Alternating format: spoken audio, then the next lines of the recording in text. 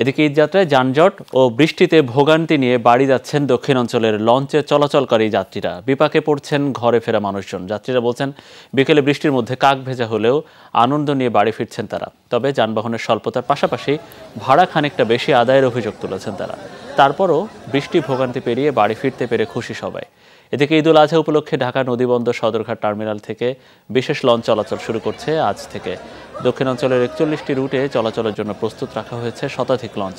BIWT এর নৌ নিরাপত্তা ও ট্রাফিক ব্যবস্থাপনা বিভাগ জানিয়েছে, সদরঘাট থেকে বিশেষ লঞ্চ চলবে ২৩ জুন পর্যন্ত। ভালো লাগছে, কিন্তু পোস্টারলাইয়া থেকে হাঁটে আইছি, অনেক জ্যাম, রাস্তা পানি জমতে আইতে পারিনি।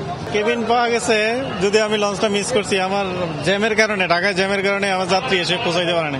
অন্যান্য বছরের মতো আমাদের পর্যাপ্ত প্রস্তুতি রয়েছে। আইন শৃঙ্খলা রক্ষাকারী বাহিনী আছেন, ম্যাজিস্ট্রেট, একাধিক ম্যাজিস্ট্রেট রয়েছেন, তারা নিয়মিত টহল দিচ্ছেন। কোনো রকমের অনিয়ম হলে ব্যবস্থা নেওয়া হচ্ছে, যদিও এখন পর্যন্ত তেমন কোনো অনিয়ম হয় নাই।